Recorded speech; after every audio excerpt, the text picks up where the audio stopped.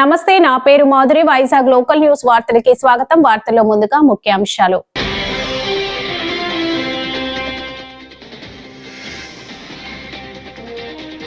అమ్మ పుట్టినరోజు నాడు 2 జిరాఫీలను దత్తత తీసుకున్న పవన్ కళ్యాణ్.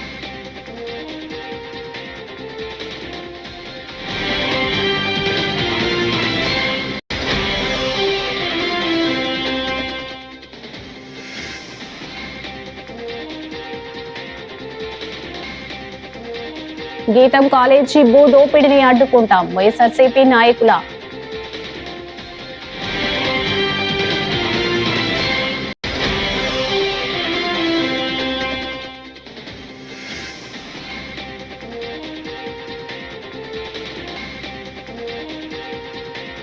జగన్ పాదయాత్ర ప్రకటనపై షర్మిల సెటైర్లు.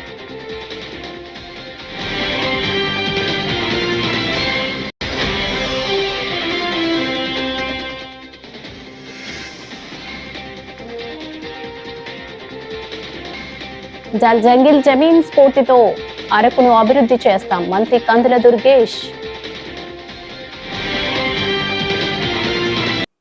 ఇక డీటెయిల్స్ చూస్తే, విశాఖ ఇందిరాగాంధీ జంతు ప్రదర్శనశాలను ఆంధ్రప్రదేశ్ ఉప ముఖ్యమంత్రి పవన్ కళ్యాణ్ సందర్శించారు. తన తల్లి అంజనాదేవి జన్మదినం సందర్భంగా జూ పార్క్ లోని 2 జిరాఫీలను ఏడాది పాటు దత్తత తీసుకుంటున్నట్లు పవన్ ప్రకటించారు.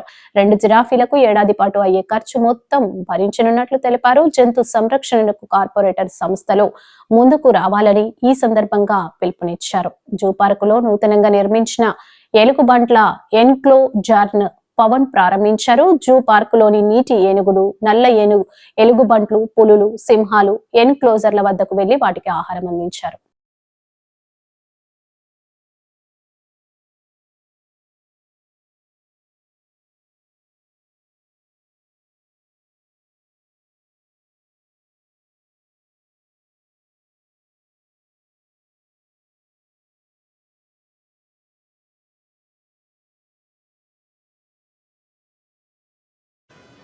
మా అమ్మగారి పుట్టినరోజు సందర్భంగా ఈ 2 కనిపిస్తున్న అజిరాఫీని దాకా తిండి పెట్టిన అజిరాఫీని వీటిని మా అమ్మగారి పేరు మీద వీటిని అడాప్ట్ చేసుకుని సంవత్సరానికి 2 జిరాఫీని అడాప్ట్ చేసుకొని వాటికి ఎంత అయితే మనీ కావాలో వాటిని వెంటనే క్లియర్ చేస్తాను తెలియజేసుకుంటూ, ఇది ప్రతి ఒక్కరూ కూడా అది జంతు సంరక్షణలో ప్రత్యేకించి జూస్లో కానీ ఇంకా జూ బయట కానీ జంతు సంరక్షణకి అందరం చాలాసార్లు ఫారెస్ట్ డిపార్ట్మెంట్ వన్స్ ఛార్జ్ తీసుకున్న తర్వాత ఫారెస్ట్ డిపార్ట్మెంట్ మీటింగ్స్లో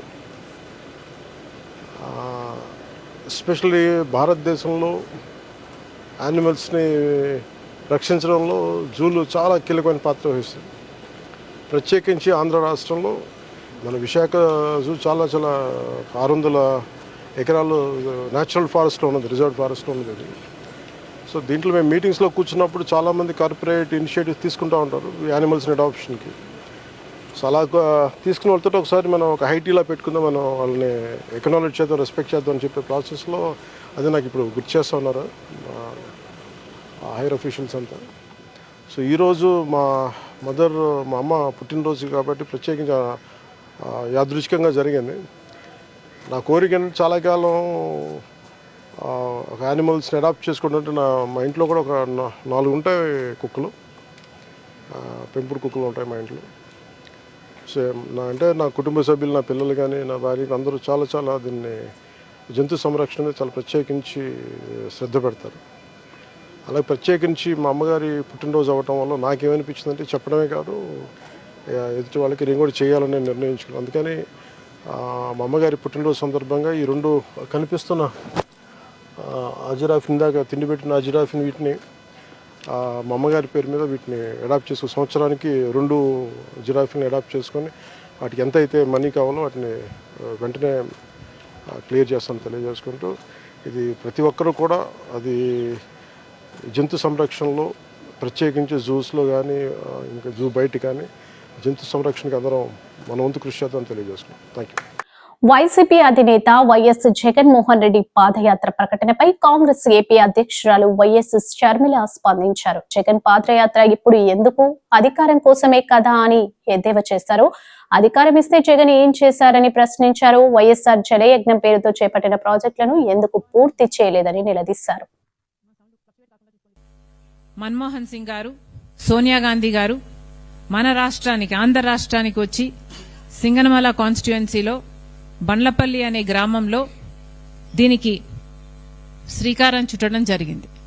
ఇది లాంచ్ చేసింది మన ఆంధ్రప్రదేశ్లో. ఎంతో వైభవంగా లాంచ్ అయిన ఈ యాక్టు ఆంధ్ర రాష్ట్రంలో ఒక ఫేజ్ 1లో ఒక పైలట్ ప్రాజెక్టుగా తీసుకొని మొదలుపెట్టిన యాక్ట్.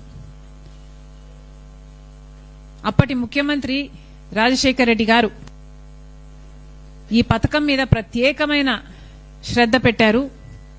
ఆ విషయాలన్నీ ఇటీవల కొప్పులరాజు గారు కూడా అప్పటి ఆ డిపార్ట్మెంట్కు ఉన్న ప్రిన్సిపల్ సెక్రటరీగా పనిచేసిన వారైనా ఎంతో వివరించి చెప్పడం జరిగింది. రాజశేఖర రెడ్డి గారు ముఖ్యమంత్రిగా ఉన్న రోజుల్లో ఉపాధి హామీ పథకం ఎంత వైభవంగా జరిగింది అంటే, ఈ పథకం ఒక రోల్ మోడల్ అయ్యింది. మిగతా ఫేజ్ 2లో మిగతా రాష్ట్రాలన్నీ కూడా లాంచ్ చేయటానికి విధి విధానాలు తయారు చేయటంలో ఆంధ్ర రాష్ట్రం రాజశేఖర రెడ్డి గారు గొప్ప పాత్ర వహించడం జరిగింది. రాజశేఖర రెడ్డి గారు ముఖ్యమంత్రిగా ఉపాధి హామీ పథకం ఈ ఆంధ్ర రాష్ట్రంలో ప్రవేశపెట్టినప్పుడు ఎంత అద్భుతంగా ఈ పథకాన్ని అమలు చేశారు అంటే, పథకం మొదలైన కొన్ని నెలలకే ఉపాధి హామీ కూలీలు మాకు మధ్యవర్తులు వద్దు, మాకు వేతనాలు ఇవ్వడం మా చేతికి నేరుగా ఇవ్వండి, మధ్యలో చేతులు మారుతుంటే కమిషన్లకు కట్ అవుతున్నాయి అని కూలీలు వాళ్ళ బాధ వ్యక్తం చేస్తే, రాజశేఖర రెడ్డి గారు ముఖ్యమంత్రిగా ఒకేసారి 60 లక్షల బ్యాంక్ అకౌంట్లు ఓపెన్ చేయించి వారికి వేతనాలు, ఆ కూలీలకు ఆ రోజుల్లో 60 లక్షల మంది డైరెక్ట్ గా వాళ్ళకే, వాళ్ళ అకౌంట్లకే పడేటట్టుగా చేసింది రాజశేఖర రెడ్డి గారు. అలాగే ఆ రోజుల్లో ఉపాధి హామీ కూలీలకి 365 రోజులు ఏ రోజైనా సరే పని కల్పించే ఈ పథకంలో సీజన్, అగ్రికల్చర్ సీజన్లో ఉన్న ఆ 60 రోజులు 90 రోజులు మినహాయింపు కలిగించాలని చాలా ఒత్తిడి వచ్చింది. పెద్ద పెద్ద నాయకులు కూడా ఈ 60 రోజులు. విశాఖపట్నంలో సుమారు 5,000 కోట్ల విలువైన 54.79 ఎకరాల ప్రభుత్వ భూమిని విశాఖపట్నం ఎంపీ భరత్ కి చెందిన గీతం విద్యా సంస్థకు రెగ్యులరైజేషన్ చేసే ప్రయత్నాలను తక్షణం విరమించుకోవాలని వైఎస్ఆర్సీపీ నాయకులు ప్రభుత్వాన్ని డిమాండ్ చేశారు. రేపు జరిగే జీవీఎంసీ కౌన్సిల్ సమావేశంలో ఎజెండాగా చేర్చి క్రమబద్ధీకరణ చేయడానికి జరుగుతున్న కుట్రను తీవ్రంగా వ్యతిరేకించారు. వారి తనయుడు లోకేష్ గారి తోడలుడుగా ఉన్న విశాఖపట్నం ఎంపీ భరత్ గారు చైర్మన్ గా ఉన్న గీతం యూనివర్సిటీ ఒక కబ్జా కోరు యూనివర్సిటీ లాగా ఇవాళ మన కళ్ళ కట్టినట్టు కనిపిస్తుంది. ఎవరైనా 100 గజాలో 50 గజాలో ఆక్రమించుకోవడం చూస్తాం, కానీ ఇవాళ ఇక్కడ గీతం యూనివర్సిటీ సుమారు 150 ఎకరాలు ఆక్యుపై చేసుకుని, ఆక్రమించుకుని దర్జాగా కబ్జా చేసి ఇక్కడ యూనివర్సిటీ నడుపుతూ ఒక్కొక్క సీటుకి లక్షల రూపాయలు పేదల నుంచి వసూలు చేస్తూ వేల కోట్లకు పడగలెత్తింది ఈ కుటుంబం. చెప్పేవన్నీ శ్రీరంగ నీతులు, వల్లించేవన్నీ ప్రవచనాలు, తెల్లారు లేస్తే దోపిడీ అనే విషయాన్ని ఈ గీతం యూనివర్సిటీయే మనకు ఒక సాక్ష్యంలాగా కనిపిస్తుంది. ఇంతకుముందు చంద్రబాబు నాయుడు గారి ప్రభుత్వం ఉన్నప్పుడు 71 ఎకరాలు, ఎకరం 18,000కి ఇదే గీతం యూనివర్సిటీకి ఇచ్చేశాడు. 18 లక్షలకి, 18,000కి మొత్తం 15 లక్షలకి 71 ఎకరాలు ఇవ్వడం జరిగింది. మళ్ళీ ఇప్పుడు 54 ఎకరాలు గౌరవ ముఖ్యమంత్రిగా వైఎస్ జగన్మోహన్ రెడ్డి గారు ఉన్నప్పుడు ఇదంతా కూడా కబ్జా భూమి అని గుర్తించి దానికి ఫెన్సింగ్ వేసి బోర్డులు పెట్టి దాన్ని ప్రొటెక్ట్ చేయడానికి ఆ రోజు ప్రభుత్వం చర్యలు తీసుకుంది. ఆ రోజు వీళ్ళ కోర్టుకు వెళ్ళి దాన్ని స్టే తీసుకొచ్చి ఈ రోజు మా ప్రభుత్వం వచ్చింది కాబట్టి మా ఇష్టారాజ్యం అన్నట్టుగా వీటన్నిటినీ కూడా రెగ్యులరైజ్ చేసుకునే కార్యక్రమం చేస్తా ఉన్నారు. మేము అడుగుతున్నాం, ఎవరి బాబు గారు సొమ్మని మీరు 100 ఎకరాలు 1000 కోట్ల రూపాయల ఆస్తులు ఈ యూనివర్సిటీ కట్టబెడుతున్నారు చంద్రబాబు అని మేము అడుగుతున్నాం సూటిగా. అంటే మీ కుమారుడి తోడలుడు, మీ బావమరిది అల్లుడు కాబట్టి మీరు రాసిచ్చేస్తారా విశాఖపట్నం మొత్తం అని అడుగుతున్నాం. ఒక పక్క 99 పైసలకు ఎకరం చొప్పున కార్పొరేట్ కంపెనీలు కట్టబెడుతూ, మరో పక్క ఆక్రమణలో ఉన్న భూమిని రెగ్యులరైజ్ చేస్తూ ఈ దేశానికి ఈ రాష్ట్రానికి ఎలాంటి సందేశం మీరు ఇవ్వాలనుకుంటున్నారని అడుగుతున్నాం. గతంలో ఏం చెప్పేవారంటే విశాఖపట్నం దోపిడీకి గత ప్రభుత్వంలో అన్ని అవకాశాలు ఉన్నాయన్నట్టుగా ప్రచారం చేసేవారు. ఎదురుగా ఉన్న ఈ టూరిజం నిర్మాణాలని జగన్ గారి ప్యాలెస్ అని ప్రచారం చేశారు. ఇవాళ మేము అడుగుతున్నాం, ఏది కబ్జా? ప్రభుత్వం కోసం నిర్మాణం చేసిన కేవలం 250 కోట్లతో అద్భుతమైన నిర్మాణాలు చేసిన ఆ భవనాలు కబ్జాయా? దానికి సరిగ్గా ఎదురుగా 100 ఎకరాలని మీ కుటుంబం కబ్జా చేశారు. ఇది నిజమైన కబ్జా అని అడుగుతున్నాం. ప్రజల్ని తప్పుదారి పట్టించి అబద్ధాలని ప్రచారం చేసి ఎన్నికల ముందు ల్యాండ్ టైటిలింగ్ యాక్ట్ తీసుకొచ్చాడు జగన్ గారు. తీసుకొస్తే భూములు లాగేసుకుంటారని తప్పుడు ప్రచారం చేసి ఇప్పుడు ఏ టైటిలింగ్ యాక్ట్ తీసుకొచ్చారని మీరు ప్రభుత్వ భూములన్నింటినీ కూడా మీ సొంత కుటుంబానికి లాక్కుంటున్నారని వైఎస్ఆర్ పార్టీ ప్రశ్నిస్తాం. అనకాపల్లిలో ఎన్టీఆర్ మైదానంలో ఏర్పాటు చేసిన అనకాపల్లి ఉత్సవ మహోత్సవం ఏర్పాట్లను హోంమంత్రి మంగళపూడి అనిత, శాసనసభ్యులు కొనతాల రామకృష్ణ, జిల్లా కలెక్టర్ విజయ్ కృష్ణన్, జిల్లా ఎస్పీ తుహిన్ సేన సందర్శించారు. ఈ సందర్భంగా హోంమంత్రి అనిత మాట్లాడుతూ, కూటమి ప్రభుత్వం ఏర్పడిన తర్వాత విశాఖ ఉత్సవ తర్వాత అనకాపల్లిలో మొట్టమొదటిసారిగా ఈ ఉత్సవం నిర్వహిస్తున్నట్లు పేర్కొన్నారు. ఈ ఉత్సవంలో భాగంగా ఉత్సవ్ పోస్టర్, థీమ్ సాంగ్ ను విడుదల చేశారు.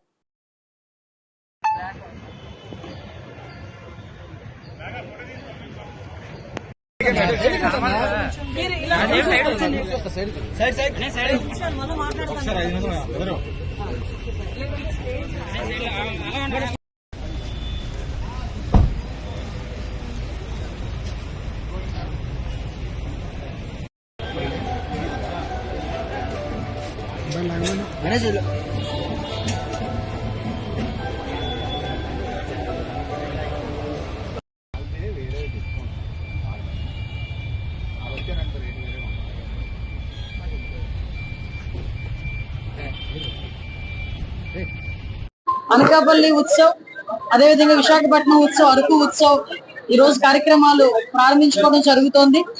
ఆల్రెడీ విశాఖ ఉత్సవ్ ప్రారంభించడం జరిగింది. ఈ రోజు అరకు ఉత్సవ్ ప్రారంభం, అదేవిధంగా రేపటి నుంచి అనకాపల్లి ఉత్సవం కూడా ప్రారంభం అవుతుంది.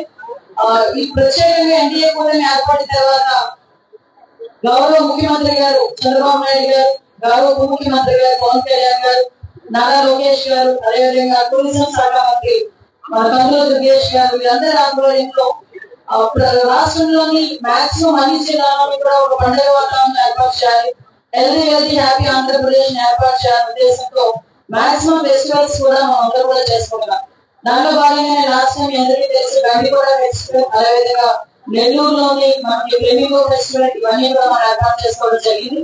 వాటిలో భాగంగా మీ అందరికీ తెలిసి విశాఖపట్నం ఉత్సవం అంటే కూడా ఎప్పుడు కూడా చాలా ప్రెస్టీజియస్ గా, చాలా మంచి వాతావరణంలో 3 రోజుల పాటు ప్రజలందరినీ అలరించే విధంగా వాళ్ళ తాలూకా బాధలన్నీ పక్కన పెట్టి 3 రోజుల పాటు కుటుంబ సమేతంగా బీచ్ రోడ్ లో కానీ విశాఖపట్నంలో 10 చోట్ల వాళ్ళందరూ కూడా ఆనందంగా గడిపి ఒక మంచి వాతావరణాన్ని క్రియేట్ చేయడం జరిగింది. అనకాపల్లి ఉత్సవం, అరకు ఉత్సవం కూడా ఏర్పాటు చేయాలని గౌరవ ముఖ్యమంత్రి గారి ఆదేశాల మేరకు టూరిజం డిపార్ట్మెంట్ ప్రెస్టీజియస్ గా తీసుకొని ఈ రోజు అనకాపల్లి ఉత్సవాలు ప్రారంభించుకోవడానికి కూడా ఒక అన్ని ఏర్పాట్లు కూడా చేసుకోవడం జరిగింది. ఈ రోజు కూడా అరకు ఉత్సవాలు కూడా ఈ రోజు నుంచి స్టార్ట్ అవుతున్నాయి.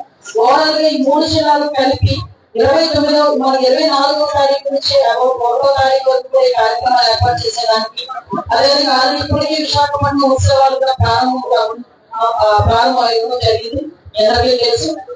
ఇందులో భాగంగా ఈ రోజు రేపటి నుంచి అనకాపల్లి ఉత్సవాలు కూడా రేపటి నుంచి ప్రారంభమవుతున్నాయి. ఇప్పుడు ముత్యాలంపాలెం బీచ్ దగ్గర కూడా ఈవెంట్స్ ఒకసారి పరిశీలించడం జరిగింది. ఈ కార్యక్రమం అయిన తర్వాత కొడైకెనాల్ ఆవరణ పరిశీలించడం జరుగుతుంది. ఈ రోజు ఓవరాల్ గా అనకాపల్లి జిల్లాలో మొత్తం 4 చోట్ల ఈ కార్యక్రమాలు ఏర్పాటు చేయడానికి శ్రీకారం చుట్టుకున్నాం. మనకి కొండకెళ్ళ ఆవ అనేసి అరకు ఉత్సవం మన సంస్కృతిని కాపాడుతూ మన ప్రాంత అభివృద్ధికి బాటలు వేస్తోందని ఆంధ్రప్రదేశ్ పర్యాటక శాఖ మంత్రి కందుల దుర్గేష్ అన్నారు.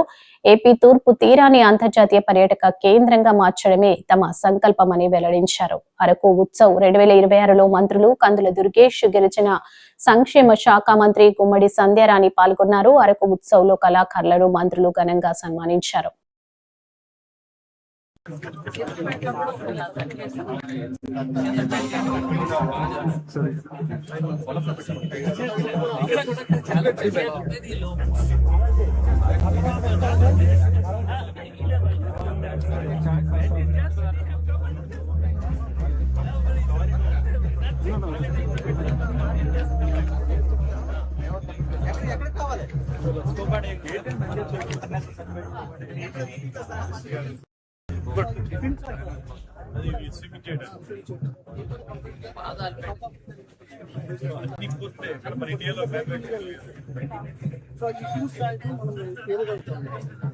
సో మనం అండర్ వాటర్ వెళ్ళినప్పుడు కొంచెం అండర్ వాటర్ సో మనం డైవ్ చేసినప్పుడు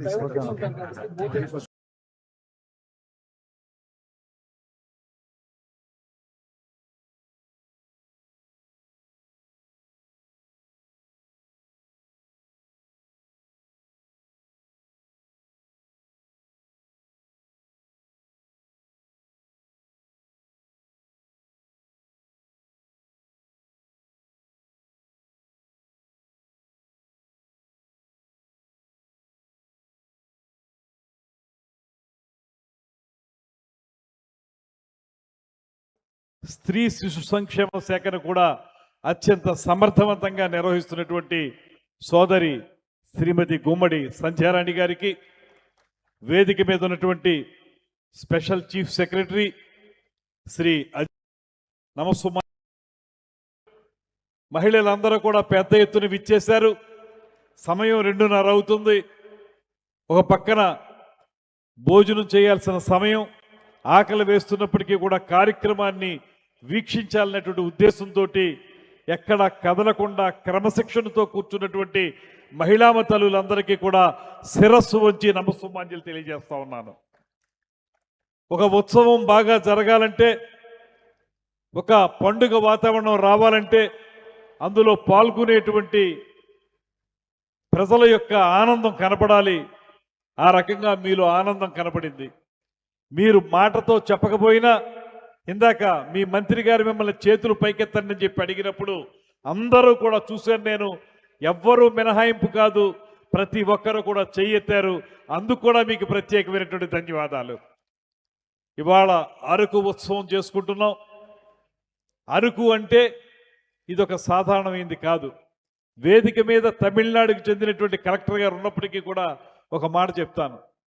గతంలో అరకు వచ్చినప్పుడు ఆంధ్ర ఊటీ అనేవారు. ఊటీ తమిళనాడులో ఉంటుంది. ఇవాళ తమిళనాడు వెళ్ళేవాళ్ళు ఊటీని చూస్తే ఆంధ్ర అరకు అని, తమిళనాడు అరకు అనేటువంటి విధంగా ఇవాళ అరకుని అద్భుతంగా తీర్చిదిద్దేటువంటి పరిస్థితులు ఉన్నాయి. కారణం ఏంటంటే ఇక్కడ ఉన్నటువంటి అందాలు కానీ, ఇక్కడ ఉన్నటువంటి సోయగాలు కానీ, పచ్చటి చేలు, లోయలు, చక్కటి గాలులు, అన్నిటికంటే మించి అద్భుతమైన వృక్ష సంపద, ఇవన్నీ కూడా మనసుకి ఆహ్లాదాన్ని కలిగించేవి. ఒక మనిషి ఎన్నో రకాల బాధలతో ఉండి ఇక్కడికి వస్తే, ఒక్కరోజు ఇక్కడ ఉండగలిగితే, ఈ ప్రకృతిని చూడగలిగితే పూర్తిగా ఆనందంలోకి వెళతాడనేటువంటి మాటని నేను ప్రస్ఫుటంగా నమ్ముతున్నాను. ఇది కేవలం ఒక ఉత్సవం మాత్రమే కాదు, విశాఖ ఉత్సవంలో అంతర్భాగం. ఆసియాలోనే అతిపెద్ద బీచ్ ఫెస్టివల్గా ఒక పక్కన విశాఖపట్నంలో సముద్ర తీరం, మరో పక్కన అనకాపల్లిలో అద్భుతమైనటువంటి వంటల రుచులు, అదేవిధంగా అక్కడ ఉన్నటువంటి పరిశ్రమలు, మరో పక్కన ఇక్కడ అరకులో అద్భుతమైనటువంటి ప్రకృతి, ఇవి మూడు కలిపి సీ టు స్కై అన్నారు. అంటే సముద్ర తీరం నుంచి కొండ శిఖరాల వరకు. అరకులో అంటే అద్భుతమైనటువంటి కొండ శిఖరాలు ఉన్నటువంటి ప్రాంతం. రాష్ట్ర మంత్రి కొలుసు పార్థసారథి బుధవారం రాత్రి పెనుమలూరు వీరమ్మ తల్లిని దర్శించుకుని ఆమెను కోరిన కోరికలు తీర్చే తల్లిగా కొనియాడారు. రాష్ట్ర నలుమూలల నుంచి భక్తులు అమ్మవారికి మొక్కులు చెల్లించుకుంటారని, అమ్మవారి దయతో ఈ ప్రాంత ప్రజలు సంతోషంగా జీవిస్తున్నారని తెలిపారు.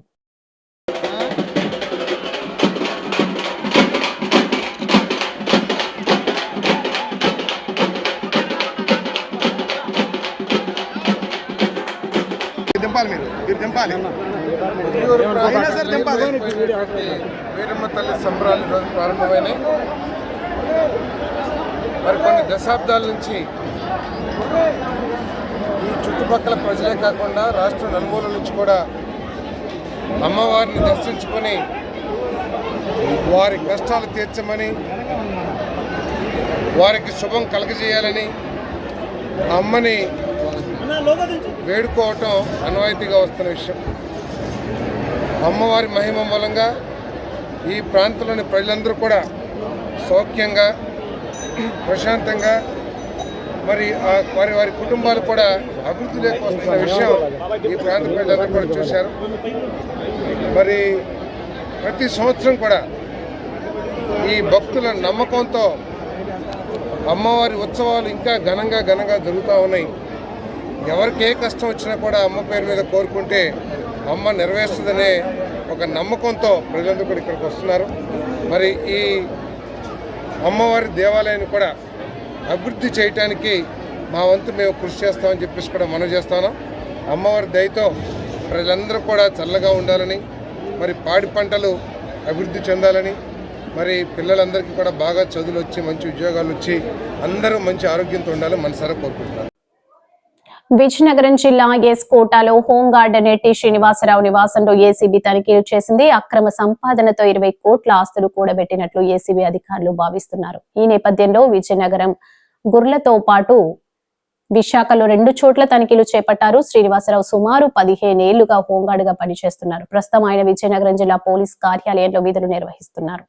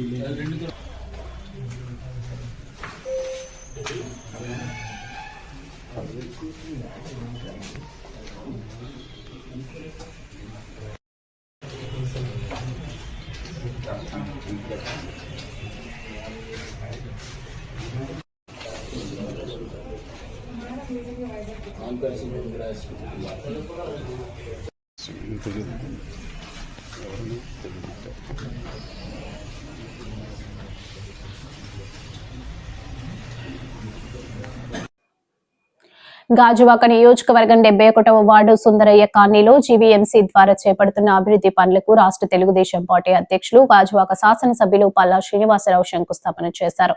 స్థానిక వార్డు కార్పొరేటర్ రాజాన రామారావు అధ్యక్షతన జరిగిన ఈ కార్యక్రమంలో అతిథులు పల్లా శ్రీనివాసరావు మాట్లాడుతూ ప్రజల మౌలిక సదుపాయాల అభివృద్ధి ప్రధాన లక్ష్యంగా కూటమి ప్రభుత్వం నిరంతరం కృషి చేస్తుందని తెలిపారు.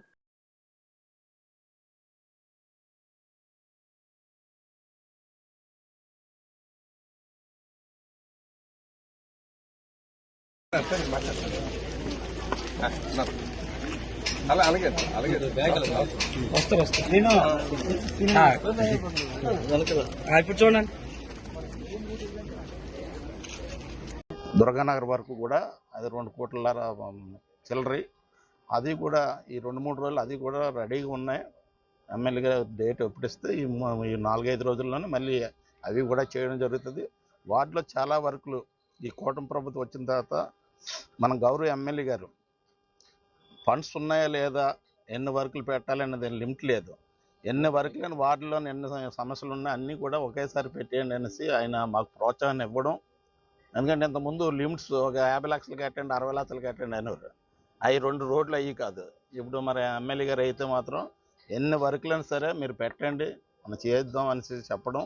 మరి ఆయన ఇచ్చిన ప్రోత్సాహంతోనే మరి మేము ఈ వార్డులో ఎన్ని వర్కులు ఉన్నాయి అన్ని వర్కులు కూడా మేము తయారు చేసి పెట్టడం జరిగింది. అలాగే అంచెలంచెలుగా 3 కోట్లు 2 కోట్లు అలాగే వస్తున్నాయి. అన్నీ కూడా వార్డులో ఇంకా బ్యాలెన్స్ ఉన్నాయి కూడా చాలా రోడ్లు పెట్టాం. ఇక్కడి నుండి బస్ స్టాప్ నుండి గాయత్రి బంక్ వరకు ఈ రోడ్డు పెట్టాం. అలాగే పోలీస్ స్టేషన్ నుండి కుంచుమాం కోనలో రోడ్డు పెట్టాం. అలాగే తోకాడులోను కూడా 4-5 రోడ్లు అన్నీ పెట్టాం. ఈ వార్డులో సమస్యలు ఎక్కడ ఉన్నాయో, పెండింగ్స్ ఎక్కడ ఉన్నాయో అన్న దాని గురించి అన్ని వర్కులు కూడా ఇంచుమించు పెట్టడం జరిగింది. అవన్నీ కూడా రాజన్ రామారావు గారి ఆధ్వర్యంలో, అలాగే కూటమి నాయకుల యొక్క ఆధ్వర్యంలో సుమారు 1,57,00,000కి శంకుస్థాపన కార్యక్రమం చేపట్టామండి. ఇందులో ఈ ప్రాంతంలో కొండవాళ్ళు ప్రాంతం కావడం వల్ల అక్కడ రిటైనింగ్ వాల్కి ఉంది, డ్రైన్స్కి ఉంది, స్టెప్స్కి ఉన్నాయి, మెట్లకి, అలాగే కాంపౌండ్ వాల్, రోడ్డు కూడా వేయడంలో ఇందులో భాగం. ఇవన్నీ కూడా బిట్ వైజ్ ఉన్నటువంటి వర్క్స్ అవన్నీ కూడా ఇక్కడ ఒకే దగ్గర శంకుస్థాపన చేయడం జరిగింది. సో కూటమి ప్రభుత్వం అధికారంకి వచ్చిన తర్వాత ఇవి ఎక్కడైతే పెండింగ్ వర్క్స్ ఉన్నాయో అన్నీ కూడా పూర్తి చేస్తున్నామండి. సంక్షేమాన్ని, అభివృద్ధిని, సంపద సృష్టిని సమపాల్లో తీసుకెళ్తున్నటువంటి ప్రభుత్వం ఇది చంద్రబాబు నాయుడు గారు ఒక నాయకత్వంలో, అలాగే పవన్ కళ్యాణ్ గారు ఒక సహకారంతో, అలాగే మిగతా నాయకులు కేంద్రం ఒక సహకారంతో డబుల్ ఇంజిన్ సర్కార్తో ఈరోజు ముందుకు వెళ్తున్నామండి. రాబోయే రోజుల్లో ఇంకా మంచి కార్యక్రమం, అలాగే పిల్లలు ఆడుకోవడానికి ప్లే గ్రౌండ్స్, ముఖ్యంగా ప్లే గ్రౌండ్స్ చేయాలన్న ఒక ఆలోచనతో ఉన్నాం. అలాగే మేజర్ రోడ్స్ ఏవైతే ఉన్నాయో వాటి మీద కూడా దృష్టి సారిస్తాం. కమ్యూనిటీ హాల్స్ కూడా డిమాండ్స్ వస్తున్నాయి, దాని మీద కూడా పెడతామని చెప్పేసి తెలియజేస్తున్నాండి. నమస్కారం. వార్తలు ముగించే ముందు ముఖ్యాంశాలు మరోసారి.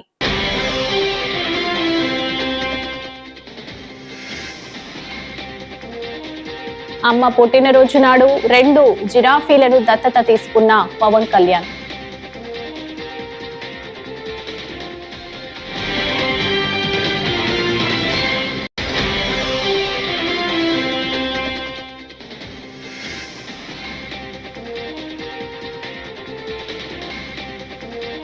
గీతం కాలేజీ భూ దోపిడీని అడ్డుకుంటాం, వైఎస్ఆర్సీపీ నాయకుల.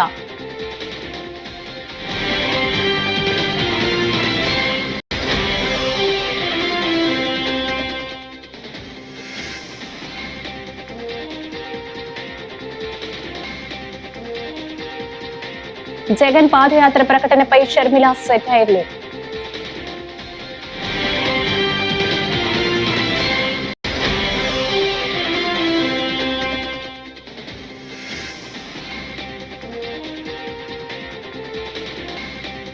జంగిల్ జమీన్ స్ఫూర్తితో అరకును అభివృద్ధి చేస్తాం, మంత్రి కందుల దుర్గేష్.